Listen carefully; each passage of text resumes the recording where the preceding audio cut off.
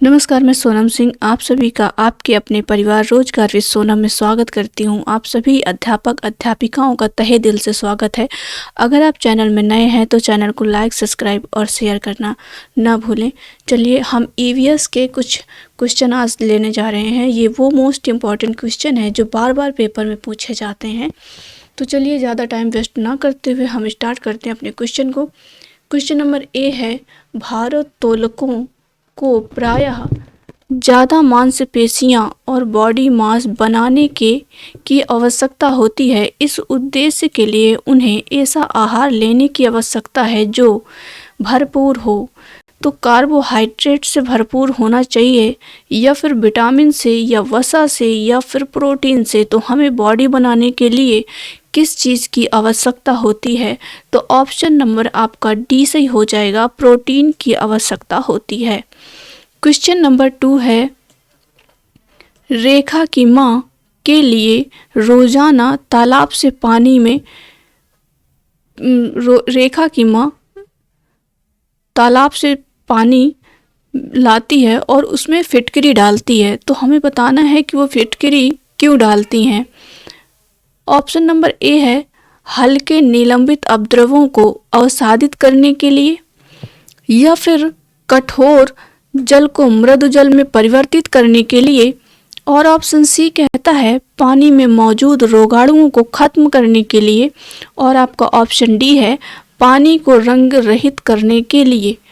तो आपका option A सही हो जाएगा, हल्के निलंबित उपद्रवों को अवसादित करने के लिए। आपका ऑप्शन नंबर 3 है, क्वेश्चन नंबर 3 है, खाद्य श्रृंखला की संकल्पना को पढ़ाने में विद्यार्थियों की अधिकतम भागीदारिता के लिए निम्नलिखित में से कौन सी शिक्षण व्यूह रचना सबसे प्रभावी होगी?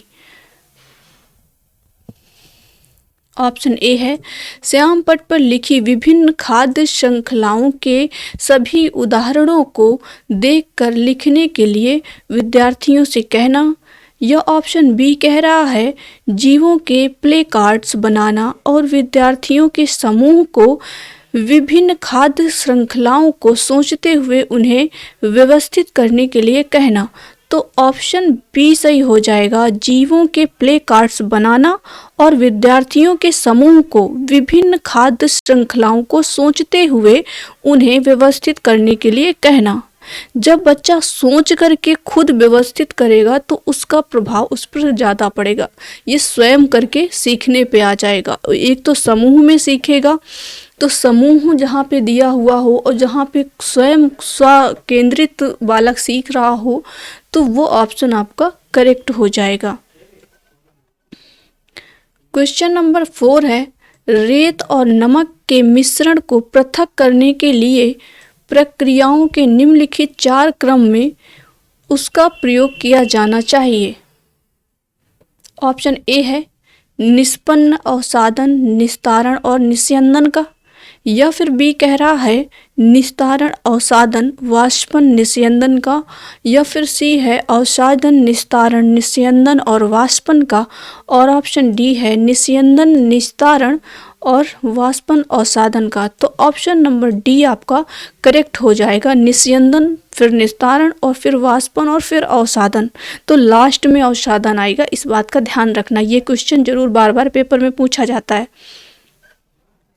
क्वेश्चन नंबर 5 है, वह विज्ञान शिक्षिका एक विज्ञान शिक्षिका श्वसन प्रकरण पढ़ाने के बाद परीक्षा का आयोजन करती है और ये देखती है कि अधिकांश विद्यार्थी श्वसन और सांस लेने के बीच अंतर को नहीं समझते। ये किसके कारण हो सकता है? तो ऑप्शन ए है, यह उनकी कक्षा अध्यापिका नहीं है, विद्यार्थी प्रश्न को सही तरीके से नहीं समझ सके। यह सी आपका कह रहा है शिक्षिका की कक्षा में प्रायः बहुत अनुशासनहीनता रहती है। और आपका डी कह रहा है वह कक्षा में प्रभावी तरीके से संबंधित संकल्पना को व्याख्यायित नहीं कर सकी। तो आपका ऑप्शन जो है वो डी करेक्ट हो जाएगा, वह कक्षा में प्रभावी तरीके से संबंधित संकल्पना को व्याख्यायित नहीं कर सकी है। क्वेश्चन नंबर 6 है निम्नलिखित में से भोजन बनाने का कौन सा तरीका अच्छा है। ऑप्शन ए है सब्जियों को काटना और तब उन्हें चलते पानी में धोना। सब्जियों को काटने और पकाने से पहले उन्हें कुछ समय के लिए धूप में रखना। ऑप्शन सी है बैक्टीरिया नष्ट करने के लिए सब्जियों को गहरा तलते हुए पकाना। और ऑप्शन डी है सब्जियों को अच्छी तरह से धोना और फिर काटना। तो ऑप्शन डी आपका सही हो जाएगा, सब्जियों को अच्छी तरीके से धोना और फिर उनको काटना चाहिए, जिससे उनकी विटामिन्स और प्रोटीन्स नष्ट नहीं होते।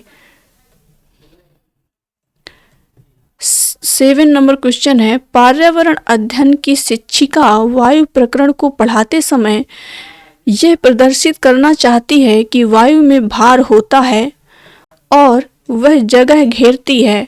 उसकी सहयोगी इस उद्देश्य के लिए उसे निम्नलिखित 4 भिन्न गतिविधियां सुझाते हैं। खाली उल्टा बीकर पानी की सतह के ऊपर रखें और नीचे धकेलें।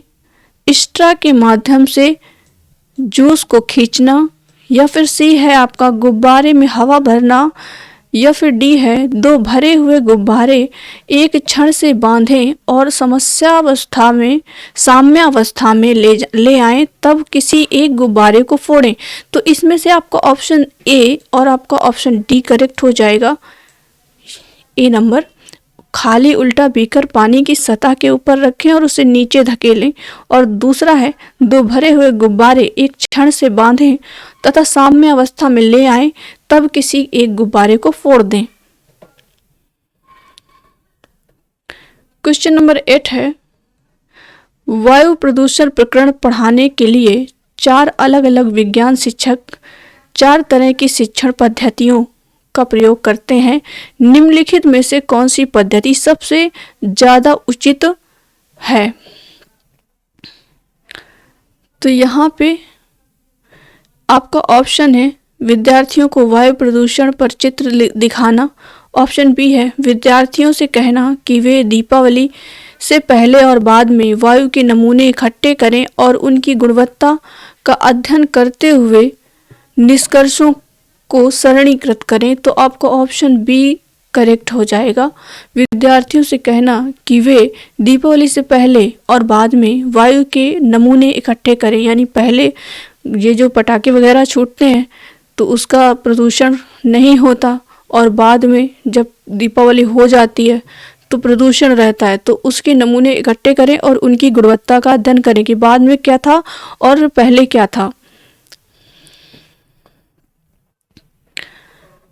क्वेश्चन नंबर 9 है एक शिक्षिका तनावग्रस्त बच्चे की पहचान कर सकती है जब बच्चा निम्नलिखित व्यवहार प्रदर्शित करता है। पढ़ाई में पूर्ण एकाग्रता, या फिर बहुत बात करना, हाइपर एक्टिविटी और आक्रामक व्यवहार करना। तो एक शिक्षिका तनावग्रस्त बच्चे की पहचान कर सकती है जब वो आक्रामक व्यवहार करता है। तो आपका ऑप्शन डी करेक्ट हो जाएगा। क्वेश्चन नंबर 10 है पानी का प्रयोग करते हुए ज्योति यह देखती है कि स्टील की खाली कटोरी पानी पर तैरती है, लेकिन लोहे की एक कील पानी में डूब जाती है। इस तथ्य के द्वारा व्याख्यायित किया जा सकता है। तो ऑप्शन आपके ये दिए हुए हैं। ऑप्शन ए है स्टील की कटोरी पर लगने वाला बल उसके भार की तुलना में ज़्यादा है, जबकि लोहे की कील पर लगने वाला बल उसके भार की तुलना में कम है। तो आपका ऑप्शन ए करेक्ट हो जाएगा। स्टील की कटोरी पर लगने वाला बल उसके भार की तुलना में ज़्यादा होता है और जो लोहे की कील पर लगने वाला बल है वो उसकी भार की तुलना में कम होता है।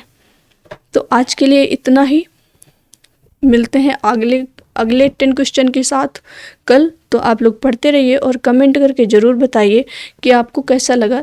धन्यवाद।